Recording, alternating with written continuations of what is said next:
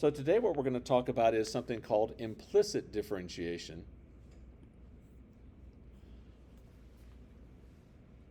So what I want you to notice, and this came up in the question that George was asking on the homework. You're like, okay, that was the reason I assigned that one, was to get you to start thinking about, yeah, how do I do that when those variables are not the same? So the derivative with respect to x of x to the fifth is just 5x to the fourth, right? Yes. That's not the same as the derivative with respect to x of y to the fifth, because the variable doesn't match what I'm taking the derivative with respect to. In the first expression, the variables match. We just use derivative rules. In the second one, the derivative with respect to x of y to the fifth, the variables don't match. In this case, what we do is we treat y as an unknown function of x and use the chain rule. So remember that if y is equal to f of x, dy dx is f prime of x. So if we're taking the derivative with respect to x of y to the fifth, think of it as the derivative with respect to x of some f of x to the fifth. By the chain rule, that would be 5 f of x to the fourth times f prime of x, which is equal to 5y to the fourth times dy dx. Now, in practice, no one ever takes the time to substitute f of x in the place of every y. It just takes too long. Okay? But what you do is you recognize, okay, that's not the variable I'm taking the derivative with respect to. So you have to keep in mind. So doing that without the bother of substituting f of x for y is called implicit differentiation.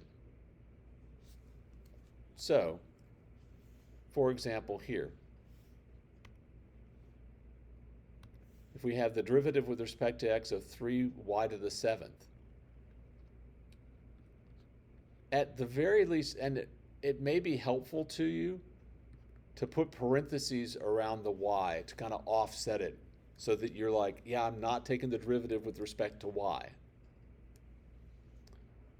So here I'll just use the chain rule, take the derivative starting with the outer piece, so that'll be 21, leaving the inner piece alone, y to the sixth, times the derivative of the inner piece, which is, pardon? Is it dy dx? Yeah, it's dy dx.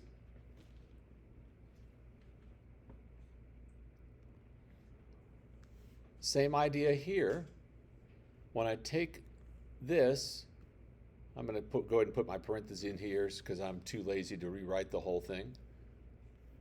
We take the derivative with respect to x of 4x, what do we get? 4, and nothing else, right? But the derivative with respect to x of y to the third will be 3y squared times dy dx.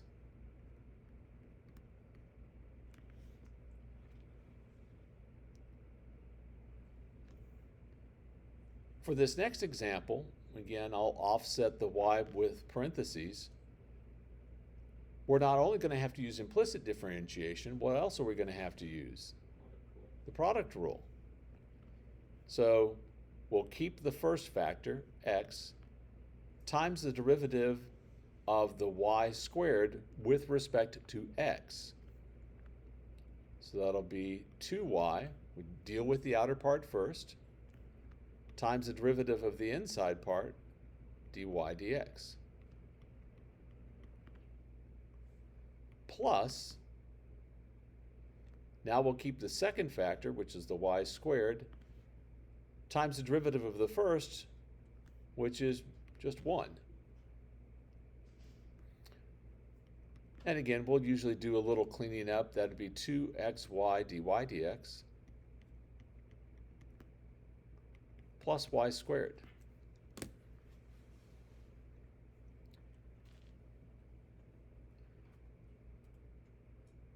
What this allows us to do is, if we start with the equation of a function or a relation, and it's almost always a relation, we can take the derivative with respect to x and then solve for dy dx. And what we can do then is we can, even without solving for y, right, writing out a function explicitly where it's y equals something, we can have an equation that'll give us the slope or the derivative at any point. So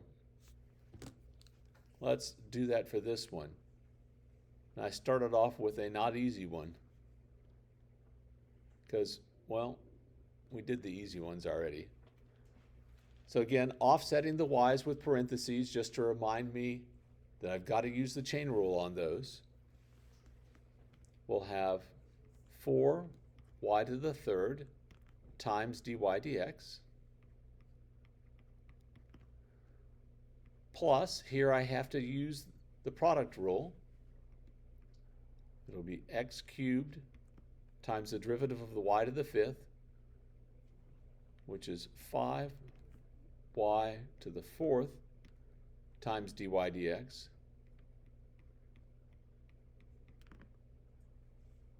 plus y to the fifth times 3x squared minus the derivative of the x to the seventh, which is just 7x to the sixth, equals, the temptation is to leave the 11, but I'm taking the derivative with respect to x on both sides. So what do I have on the right side? 0, exactly. So in order to solve this for dy dx, what we basically want to do is move everything that doesn't have dy dx as a factor to the opposite side of the equation, and then factor out the dy dx out of the ones that do. So what I'm saying is that we're going to leave these on the left side. These will move to the right side, and we're going to factor a dy dx out of these first two. So I'm going to do both those steps at once. So this will be 4y cubed plus 5x cubed y to the fourth, all times dy dx, is equal to, and typically textbooks and authors of multiple choice questions will, when you move this over, we notice that the negative 7x to the sixth will now be positive, and the y to the fifth times 3x squared is going to be negative. They'll write them in the opposite order so that you have the positive one and then the negative one. So they'll write that as 7x to the sixth minus 3x squared y to the fifth. And then to solve for dy dx, we just divide, and we get 7x to the sixth minus 3x squared y to the fifth over 4y cubed plus 5x cubed y to the fourth.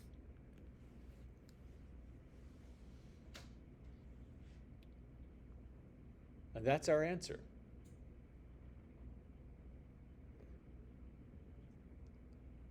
And honestly, it's kind of about as ugly as they get.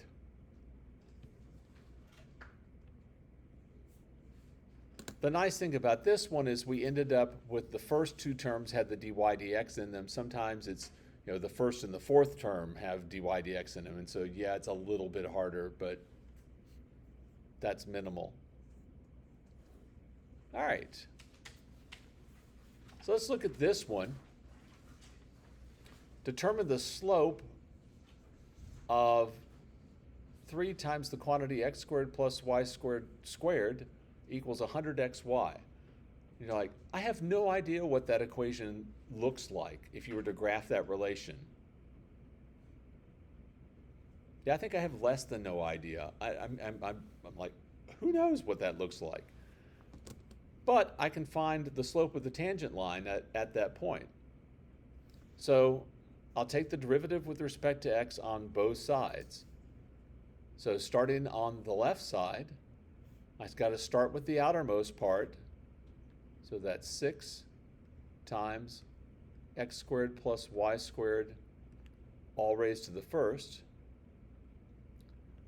times the derivative of the inner part.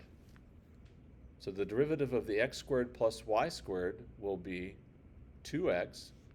And that's all I have to do with the x, because that's where the variables match, plus 2 times y times dy dx.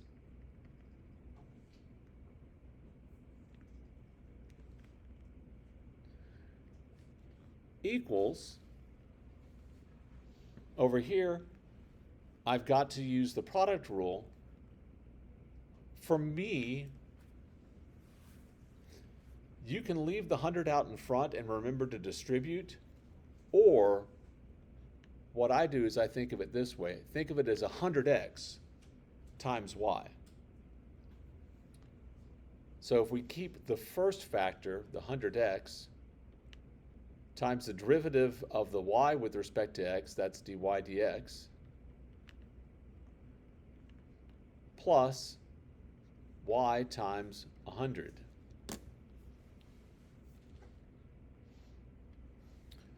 Now, if you were asked to solve for dy dx on this one, it's kind of ugly because of the way this dy dx is really buried in here. However, they didn't ask you to find dy dx as an equation. They're asking for dy dx at a particular point. The smart money on this one is to go ahead and put in the 3 and the 1 so that all those things become numbers rather than algebraic gobbledygook. So this is going to be 6 times 3 squared is 9 plus 1 squared is 1 times, this will be 6 plus 2 dy dx equals, let's see, that's going to be 300 dy dx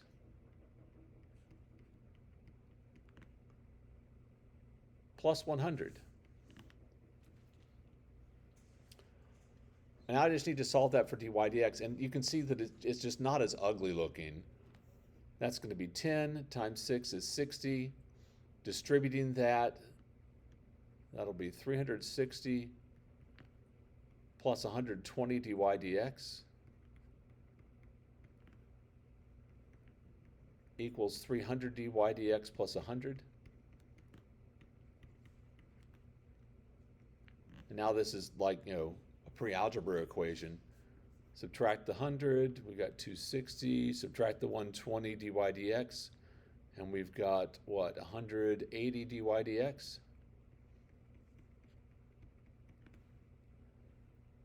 Divide by 180, that'd be 26 over 18, which is 13 over 9.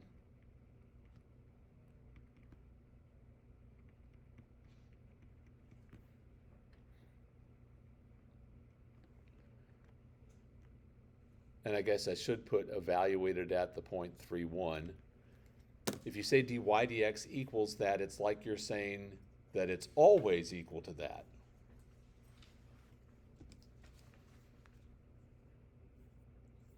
Wow, did I leave that whole page, rest of the page blank? All right, hang on a second. Let me look at something real quick.